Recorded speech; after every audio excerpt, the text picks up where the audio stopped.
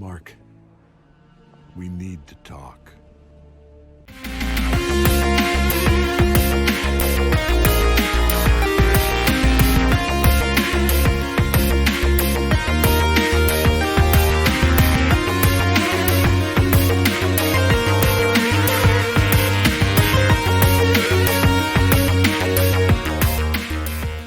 Welcome to nerdschatting, movie, TV, comic chat. Thanks for tuning in. Welcome everybody to the So when did we end that? Welcome to the Chatting Podcast. My name is Nate, and with me, as ever, Hang on. Are you not going to do it properly? Are you going to do it properly? No. James' intro is it. God.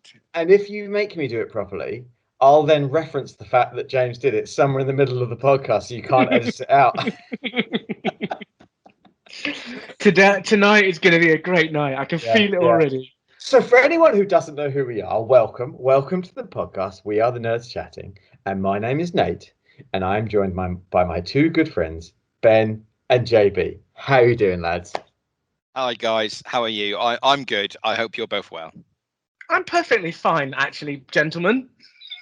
Do you know what? Even though that was the slickest we've ever done it, it still doesn't quite work. It's almost like we're not having a conversation, and I like the fact that it's a bit stunted every time. It's a really weird thing when you say hello to both of us. Do you ever say hello to both people at the same time? And also, I'm saying hello to you, but we're ignoring the fact that we all spoke 5 minutes ago before we started recording, and the audience didn't hear that bit. It's very fake. Maybe we shouldn't do that anymore. Maybe I should think about a new way of introducing the show. Anyway. We're the Nerds Chatting. We chat about all things nerdy, movies and TV shows and comic books and sometimes video games and board games and all sorts of nerdy things. But today in particular, we are catching up. We've been doing some mini Invincipods, and we've been reviewing the TV show Invincible on every episode that's come out because Ben and I are diehard comic book fans of Invincible. James has not seen Invincible. Sorry, has not read Invincible, but is now watching the show, and I think it's fair to say spoilers for the previous 4 episodes. Not sure how many we've done. Yes. Spoilers for those. James is in love with this TV show, and so you're kind of leading the drive in this. So we skipped out last week. We had a whole lot of things. All 3 of us had some whole personal life stuff going on, so we thought maybe we'd pause last week. So this week we're doing a mini Invincipod times 2. You might even call it a macro Invincipod. Excellent, Nate. Excellent. Thank you very much. Been working on that. I was thinking about that all day. I hope you wrote it down because it was absolutely exquisite. Did I deliver it slickly? Was that always. As always. Oh God, what does that mean? How bad it was. So we're going to be talking about episode 6 and episode 7 of the TV show Invincible. It feels like so long ago that I watched these shows. I don't know about you. I mean, we're recording on Wednesday, so it's a little bit weird because the finale's in 2 days' time. So we're trying to catch up here, but a lot of stuff's happened. I guess. Do you guys? Have you got anything to say before we dive in? I mean, I know James. Basically, every time you watch this, you kind of text the group and go, "Can we talk about it now, please?" Yeah. I've been trying to hold back on that a little bit because I'm sure it is quite annoying. But it's just going from strength to strength. It's just going from strength to strength. So in my opinion. So last time we had at the very end of the last episode, we had crikey. D.A. Sinclair's cyborg experiments, or was that in this episode? That is in this episode. Right. So last episode, episode 6, which is that episode is called "You Look Kinda Dead."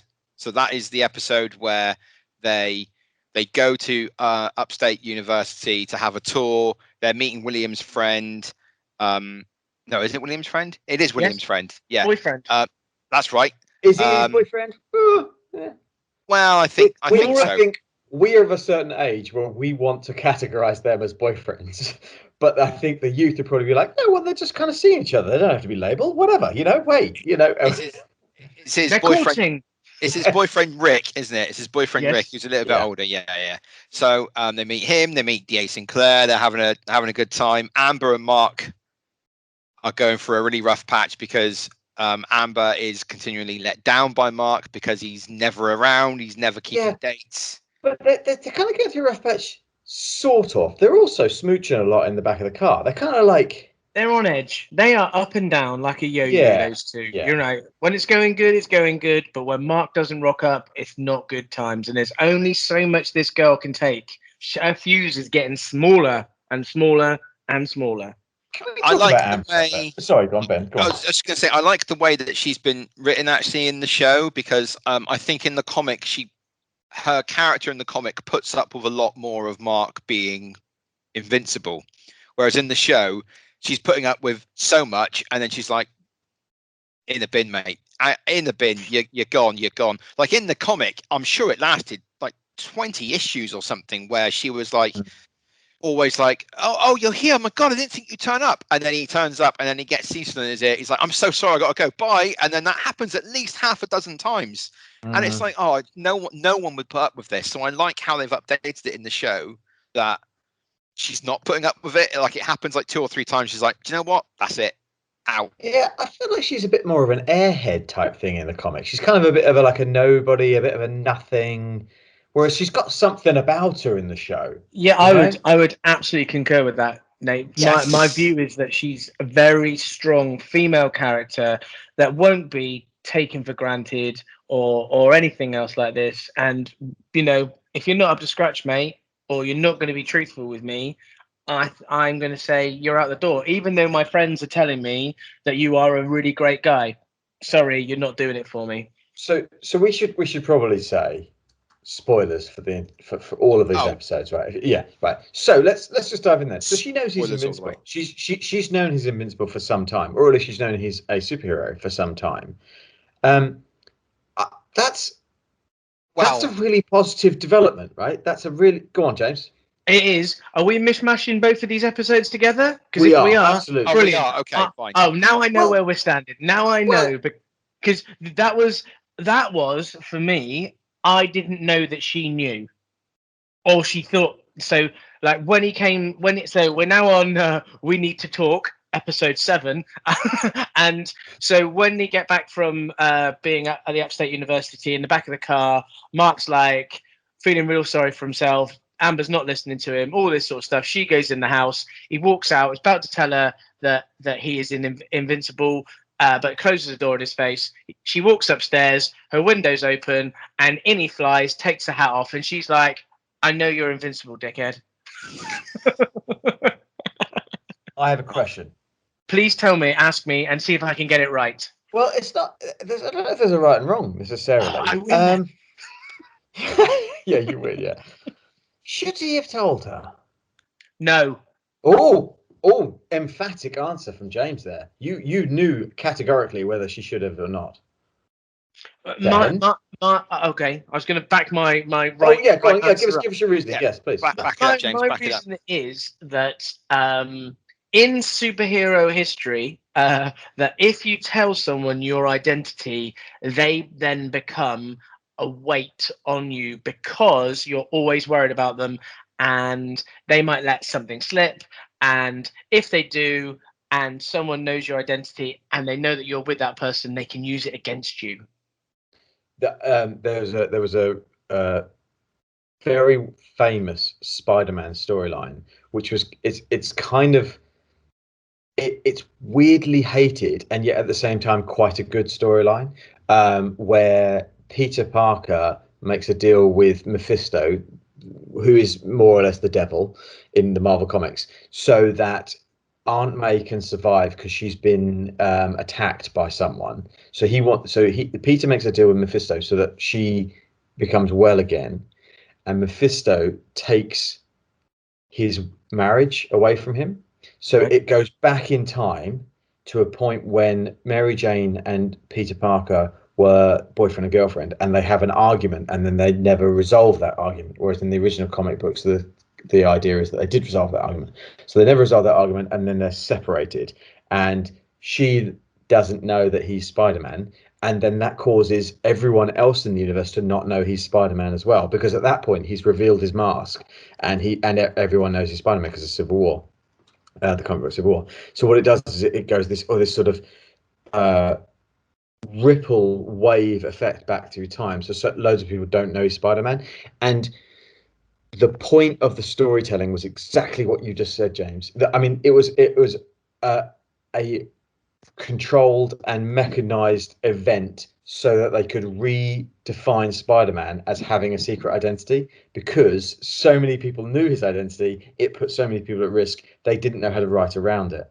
So that's kind of, it's actually been panned quite a lot because of various parts of that storyline. And a lot of people actually enjoyed the fact that Peter had grown as a person, had are you still there? I've lost you. Yes. Yeah, we're here. You're back. Okay. So Peter had grown. He'd had a wedding. He'd had a marriage. He'd had life experiences beyond being this the student at school. The high school student. So it's really interesting that you highlighted that point, that Mark should hold on to his secret identity in the same way because of the risks to him, to his family, to his loved ones, and then the people who he tells. Yes. Really interesting. That's my thought. That's just me. Okay. Ben? I think Ben's definitely got a thought on this. I understand why he didn't tell her up until the point that he did tell her. He told her because he doesn't want to lose her, and he thinks telling her why he has been skipping out on dates or turning up late or etc. is because, well, he's a superhero, he's invincible, and he thinks that will give him a pass with her and she'll understand. Completely not understanding James's point that actually what he's doing is quite a selfish act. He's putting her in danger by revealing his secret identity to her. And of course, the clever thing is, and I can't remember if they do this in the comics, but it flips it. No, in the comics she doesn't work it out. I think it's a shock to her in the comics. So in the show, because she's quite a savvy, switched on person, a very strong character, she's worked it out already that he's a superhero because superheroes exist in this world, and she doesn't care anyway. She doesn't care either way. But I think it says an awful lot about Mark's character that at this point he's very young, he's very inexperienced, he's only been a superhero for like 5 months. He doesn't realize at the moment what is out there and what could potentially happen to the people he cares about if he goes around telling people he's invincible. I mean, he should understand because Battle Beast absolutely nearly killed him a couple of episodes back, and that was obviously very, very bad. So he should. Yeah, go ahead, Nate. Go on. And just reinforcing your point, Ben, the Reanimen really clean his clock. They give him a hard time, and I will not sure if that's because he's still injured from the fight with Battle Beast, or whether in the show the Reanimen really are, equivalents to him. Go on, James. I'm assuming you're referring to the RoboCops. My God, that was brilliant. I was like, excuse me. I'm sorry, James. No, I'm sorry. They're not called RoboCops. They're called Reanimen. I mean, maybe read a comic for once. Yeah, fresh. Honestly. Anyway, Reanimen, RoboCops, they were awesome. And I had the same thought process as you because, follow it. Mark. The whole point of this show for me is Mark going through his journey of no one to what does Invincible mean. And is Invincible the equivalent of Omni-Man? Which I think yes, but there's going to be some bigger questions that Mark needs to understand. And so when Omni-Man was fighting the RoboCops, sorry Ben, in the episode we just watched, he was also getting a pummeling. Yeah, he was. So I found that quite interesting. But I think Mark was, whether he was at full strength, whether he was at 50% or whatever, they were overpowering him. And if it wasn't for Rick, which I think this was the first scene or the first element of this show that I was like, really? I don't know. I didn't know if I liked it or not. And it's comic accurate, James. That bit is comic accurate. That's really good. But the fact that D.A. Sinclair's taken out all of his emotion, apparently taken out all of his emotion, and then I forgot. William is making this plea, and then all of a sudden the electrons or whatever are firing in his brain, and then he's like, kind of like, oh, look, like almost like a sloth from the Goonies, like, hey, you guys, I'm coming free. Like a Frankenstein. I wasn't quite sure about that. For me, the point where I had the moment that you had with this show, with this episode, where I was a bit like, oh, I don't like that too much. Whereas everything else leading up to this, that all 6 episodes I've loved, is the fact that Rick gets transformed into a Rihanna man, like in like 20 minutes.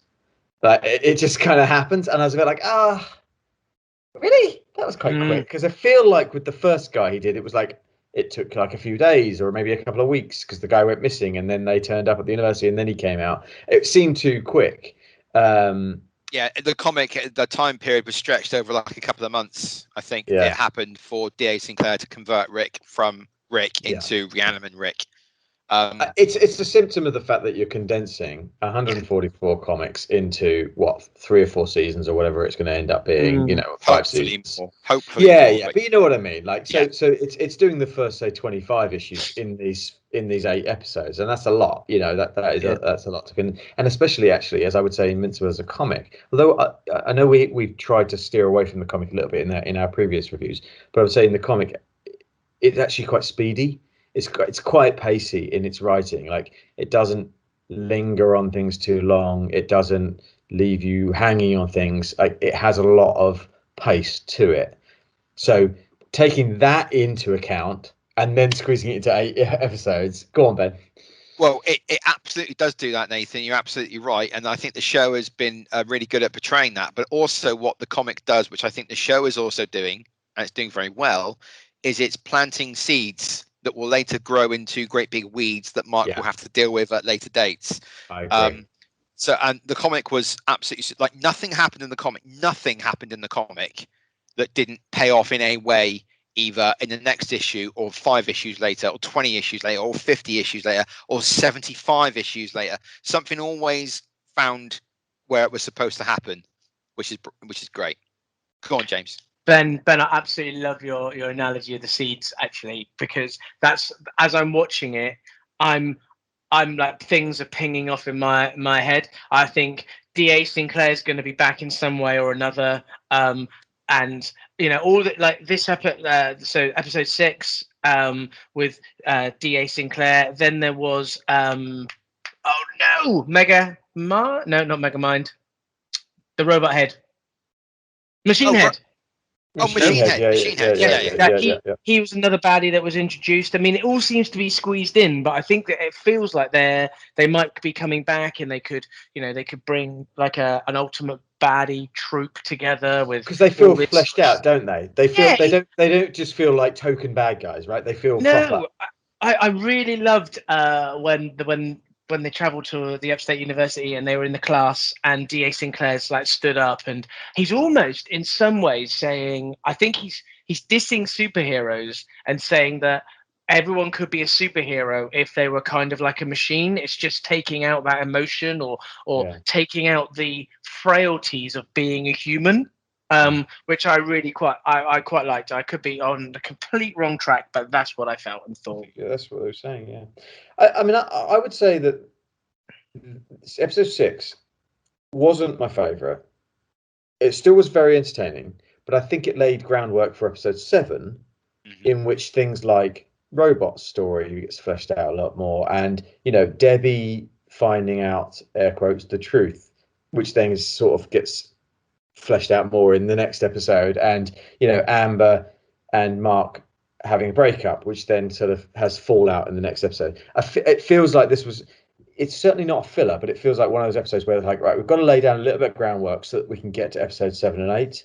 Would you say that was a fair for this one? I don't know. Yes and no, really. I know there- some stuff there did was, happen. there was some massive thing with William deducing that Mark's identity, and it did seem a slight step away from the main storylines that were going on. Like we've just gone somewhere completely different, and Eve is like going to find herself, and I how love she Eve's storyline. I love it. Yeah. It's great. So yeah, it was an amazing filler, if we're going to call it a filler, Yeah. because we know that we've got like the Flash fillers or whatever it is, and they are shocking. But this was still like very, very, very good. I agree. I guess what I'm kind of trying to alluding to is the next episode. If you guys don't mind moving on a little bit, we can flick back and forward. But in episode 7, let's move on. Let's move on. I know for a fact, Ben, that you absolutely adored this episode. I'm assuming, James, you did as well. I just want to say, okay. No, go on. I was going to say, I don't know whether I think I forgot to breathe through this episode. And there we go. That's the review in itself, right? I just was kind of like, I finished and I was like, have I taken a breath? I don't know. I was just like, right. Done. So I can see why you thought that. Knowing Omni-Man's story, I was a little bit bored of all the punching by the end of it. I was a little bit like, 30 minutes of this hour episode has just been Omni-Man punching things, and I kind of wanted more story. Having said that, there was stuff with Robot in this, which I was just like utterly in love with. There was stuff with Eve in this episode, which I was utterly in love with. And then when, and maybe it's because Mark wasn't really in it very much. Yeah, it was a very Mark light episode. Very Mark light episode, yeah. Go on, Jace. I loved all the fighting, and I think it was just proving how strong Omni-Man is. Yeah.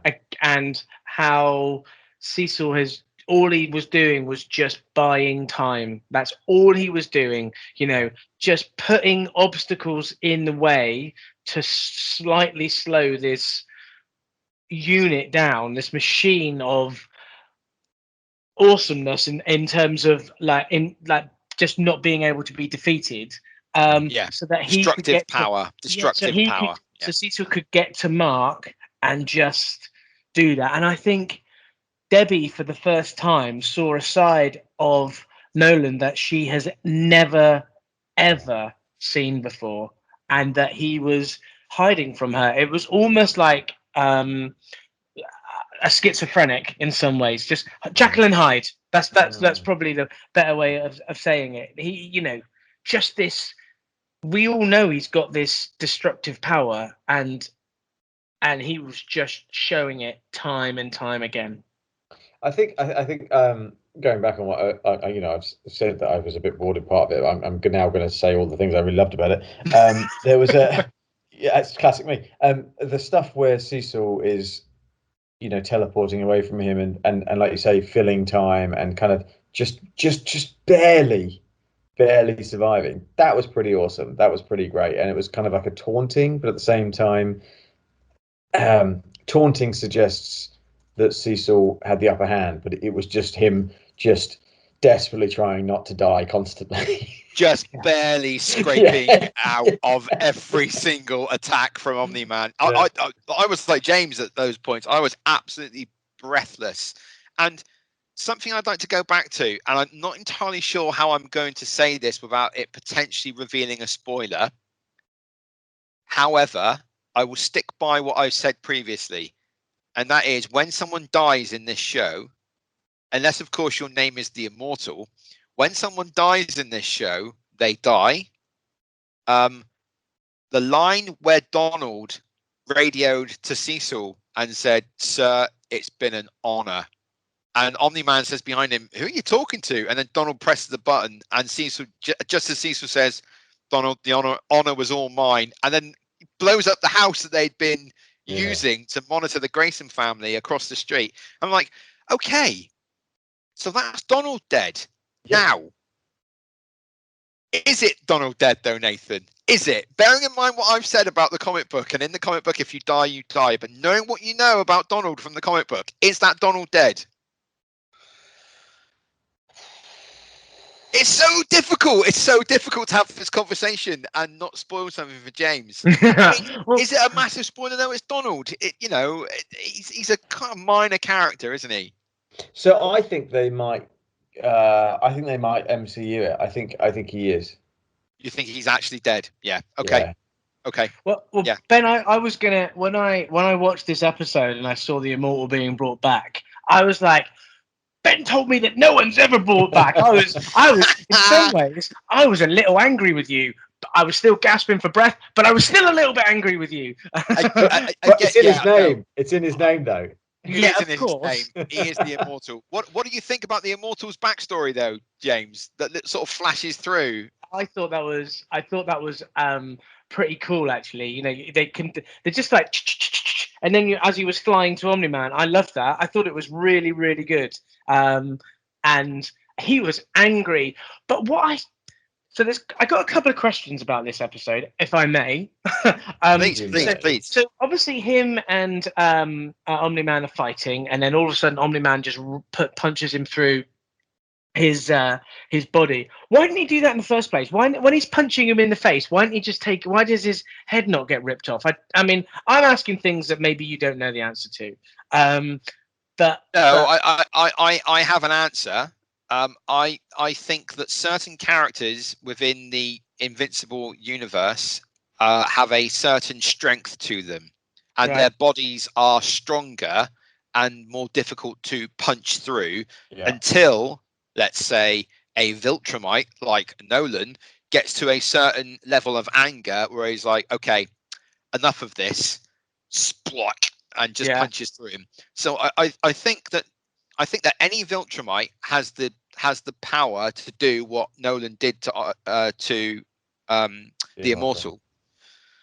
However, I think it might take him, because the Immortal was insignificant to Omni-Man at that point. It's completely insignificant. However, you saw the power of some of the Invincible writing where Omni-Man's trying to help Mark defeat the kaiju. Mark's trying to help his dad defeat the Immortal, and it's all happening all at the same time. There's power dynamics, because Omni-Man is kind of a killer at this point, and Mark doesn't know he's a killer, but then is he there? You know, that is when Invincible is at its best, when it's giving you writing that is leaving you breathless, not just on the show but on the comic as well. And the comic did that a couple of times in really good ways, and I think that is the first time that the show has matched some of the best parts of the comic book for me, where it's been so, oh my god, literally I know what's going to happen, but I've got no idea what's going to happen. It's brilliant. The show is subverting some of my expectations from what I've read, and it's doing it so well. James, sorry, you had more questions. Go on. No, and the other bit was around Robot. I was a little bit, I don't know whether, and I didn't rewatch it or anything else like that. I was a little bit, I didn't really know what was going on in terms of like what looked like Krang from the Turtles. Nice. And then he was controlling. There were obviously multiple robots, which we knew about anyway, because one robot had gone to get a flower from wherever it was to help Monster Girl. But I was just kind of like, what's going on? What's just happened? Let's talk about Robot. Yeah, let me explain a little bit. So Robot is his actual name is Rudy, and Rudy is the 30-year-old sort of like malformed genius that lives inside that cubicle that's full of, you know, almost like a pod that's full of like some weird like protoplasm stuff that he lives in, because he can't breathe natural air because it burns his lungs, because he has some sort of, you never really find out, I don't think, what the illness actually is that he has, but it's affected him. It's like a mechanical womb, isn't it? It's like a pretty much. Yeah.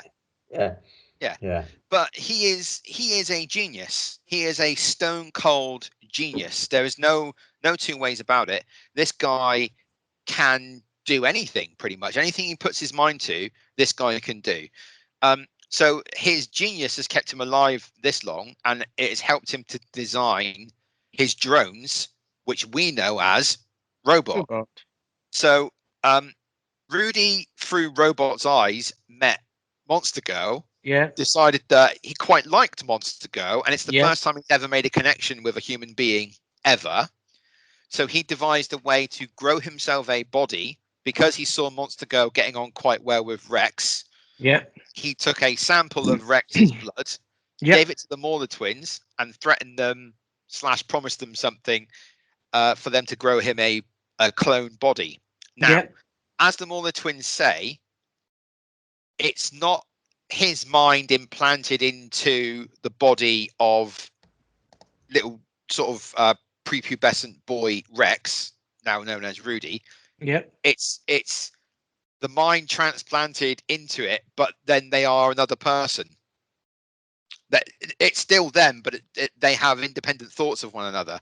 Right. So once that process has happened, and I absolutely love that process, by the way. That was so well written. It was unbelievable. I literally couldn't believe how good it was. Once that process happened, Rudy, the deformed person, Rudy, who had lived for 30 years inside that iron womb, says, well, the plan has always been at this point that I die.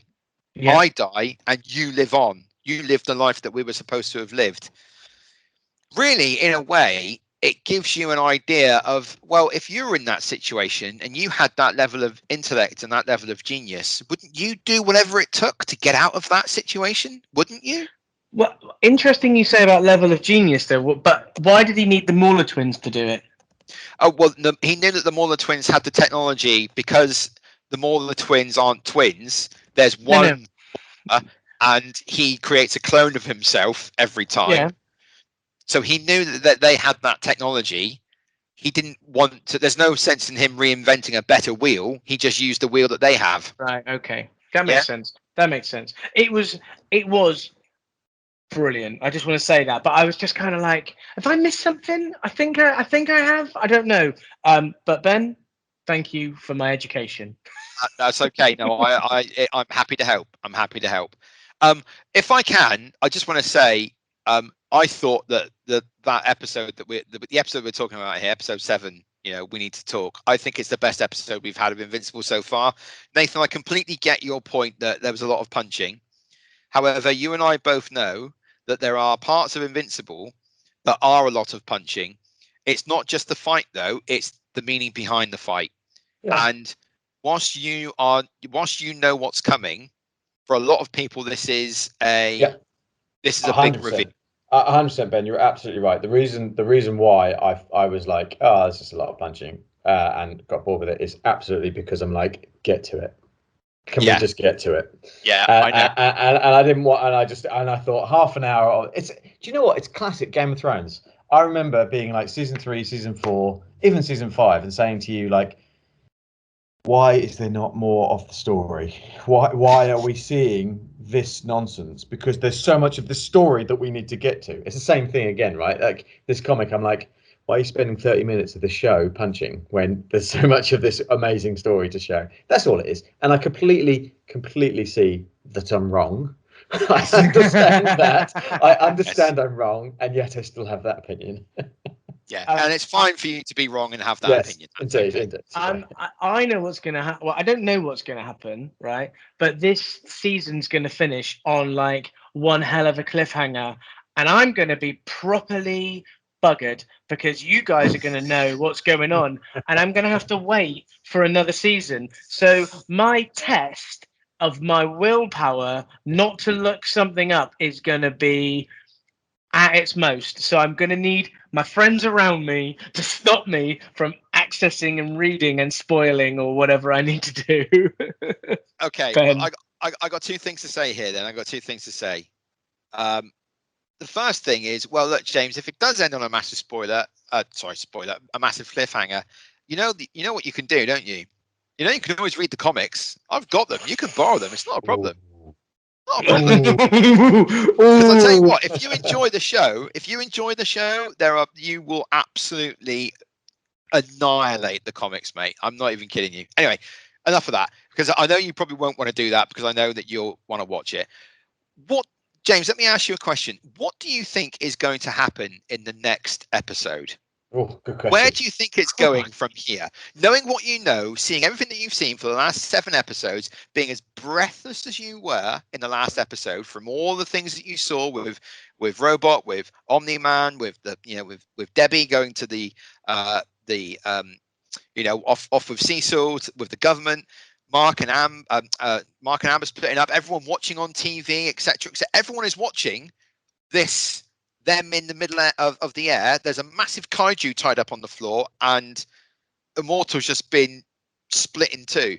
What do you think is going to happen next episode? Oh God, Ben! All through that, you talking, I'm trying to be raking my brain to find.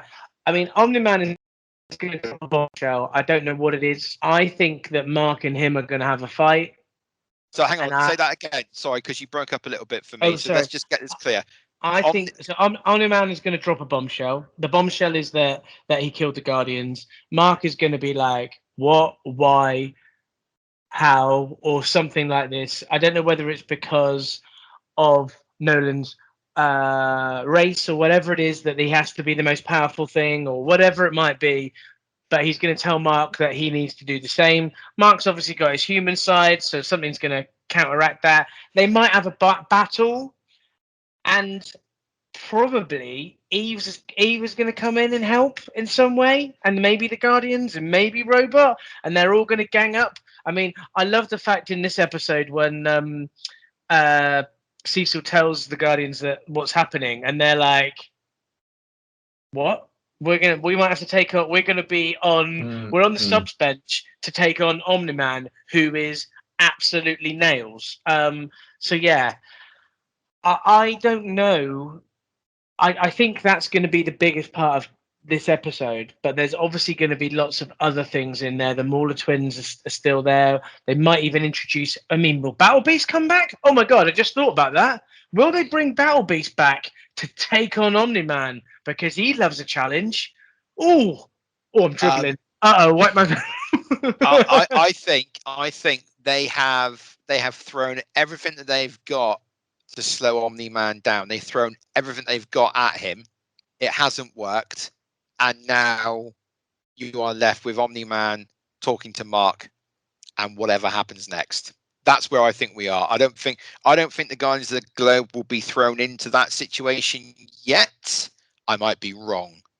But James, let me ask you one more question. Nathan, if I'm talking for too much here, do please tell me to shut up. Why do you think Nolan killed the Guardians of the Globe now that you've seen 7 episodes of the show?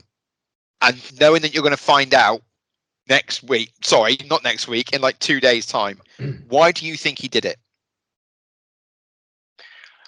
I think that he was bored shitless and he wanted a challenge. Or my other thought is what I've said is that as a part of the race that he is, that he has to do something to be all powerful or something like that. That's what I have. That's what I'm thinking. I mean, he didn't do it just for fun. He did look like in that first episode that he was being controlled and he was under some sort of trance. So yeah. But so you think there's possibly someone out there pulling the strings to control Omni-Man in some way? Maybe this is a weakness. This is the weakness in the race or something like that. I don't know. He looks like. I mean, he does say when he's talking to Debbie that he has to do it, and you won't understand. And she's like, "Well, why don't you make me?" and all this sort of jazz. So yeah, it's really open. I'm just kind of like, whatever it is, I'm just going to be like, oh my God, you'll be the first people by text. I'm going to pause it and then just like, I mean, I don't know when it comes. Does it come out right early in the morning? Yeah, it does. Yeah. I think so. Yeah. I think so. See, I might just take the morning off and just get right on it. So yeah. Not a bad idea. Okay. I'm so pleased you're enjoying it, James, and I knew you would. I just knew it is great. you would. It's the writing, like you said earlier on, Ben. It's the writing that really stands out. And you know, it is a whole series of comic books of punchy, you know, blood splatter. But actually, that only works because you've got so much character development going on all the time. And then you want to see them punch each other because you've spent so much time with these people, and you know, you kind of believe in all of their motivations, so you never know who you want to win the fight. No, it's so true now. I think there is such a richness in the writing and the storytelling that you just. I didn't think that the punchy was too much. I just was just kind of like, oh my god, this is going on, and I was like so engaged. I mean, someone could have come in and told me that I'd won £1 million, and I wouldn't have heard them. I just it was just like that. Yeah, you know. Yes, just. I mean, because I actually really did enjoy the robot and the Mauler twins punchy. That was kind of that was a highlight for me for the episode. I'm not sure why I quite liked that so much, but you know, and I know we've sort of gone over this ground a little bit, but when Robot has his consciousness transferred or even copied, as it were, that was quite moving, I thought. Yeah. I mean, like an animated show could make you feel something. It's quite a powerful bit. I don't think that's a new thing, though, Nathan. Disney Pixar have been making me cry since 1995, mate. So, I mean, hang on a minute. I'm sure your wife says you cry at like TV adverts or something. So. Yeah, I know. But it's really interesting because this is an adult TV show without a shadow of doubt. So to have that emotive element within there as well, to be able to show that and depict that, I think that's really, really good. Because then right after that, you're in a scene where Omni-Man he's getting angry because Cecil is stopping him from seeing his son. You know, wouldn't that make you angry if you were a dad and someone was stopping you from seeing your son? Absolutely. So that's absolutely my point, James. Yeah, you kind of understand the motivations of everyone. Like you're like, oh yeah, I would want Nolan to punch him in the face because that's his son. He wants to see him. Yeah. Of course, what happens though if Omni-Man punches Cecil in the face, a human being who doesn't have any superpowers, Cecil explodes. Yeah, that's right. He doesn't just get a broken nose or a bloody lip. He explodes. His head comes clean off of his shoulders. Or does he? Cecil. But I think Omni-Man is shown his anger and stuff like. So he didn't need to like kill Donald or the people that were in his house. I mean, the people that were being offensive and aggressive, like he can defend himself. I mean, I'm not going to lie to you. If I was a GDA agent and I'm told to fire a gun at Omni-Man, I'm refusing. What? Because I'm just going to get my head ripped off. It doesn't matter that I'm invisible. I'm in deep doo-doo. This is like the unbeatable, what I can only describe as the unbeatable machine, apart from what Cecil has said in the last episode, where he's thinking that Mark is the only person that might be able to rip his arms off.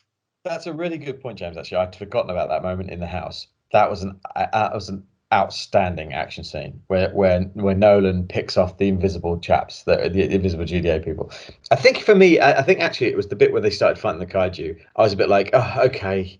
You've punched him. Yeah, okay, he's got tentacles. Yeah, got it. I think that was the bit where it was going too long. I think the actual, the previous stuff, that scene in the house, like you just said, that was excellent. That was like shocking that he could like hear them or sense them or whatever it was, and like grab them and pull them apart, and absolutely, yeah. It was level up, wasn't it? Yeah, it was level up. Like humans, Reanimen, just I said that right, just for you, Ben. Yeah. Honestly, you mean the Robocops, right? Yeah, Robocops.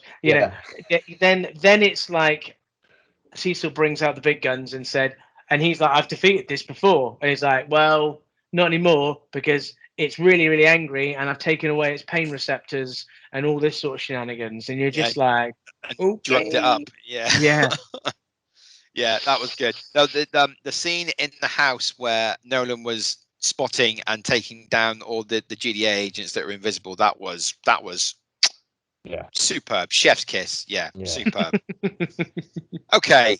Have we done it? I think we've talked about these 2 episodes, right? Yeah. So I'm very much looking forward to speaking to you next time, James. That's all I can say.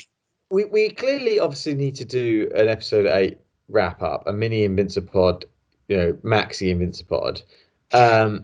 But the elephant in the room is that we haven't talked about, not once, the Eagle and the Autumnal Soldier, and that's been and gone. We need to do a review of that really at some point. So I guess in the next couple of weeks we're going to have both of those episodes come out. We definitely should, but I'm just going to preempt it a little bit that I've been watching Invincible, and then I've been watching the Eagle and the Autumnal Soldier, and there's just no comparison. But they are completely different.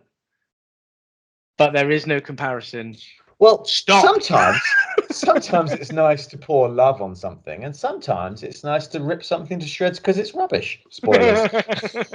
Well, it depends on your mood and depth of writing ability then to get your opinion there. But we'll just stop because Ben's going to kill us. Yeah. No, I don't know what's going on here. I don't understand what's going on here. We will be back in the next 7 days at some point to cap off our mini Invincipod reviews with the finale of Invincible. But Ben, before that, where can people get in touch with us to let us know A, what they've thought about Invincible so far, B, what they think about our reviews, and C, what they think is going to happen in the last episode? Oh, good questions, Nathan. They can contact us on our social media platforms. So we're on Twitter and Facebook and Instagram. Just search for Nerds Chatting. They can send us an email, nerdschatting@outlook.com.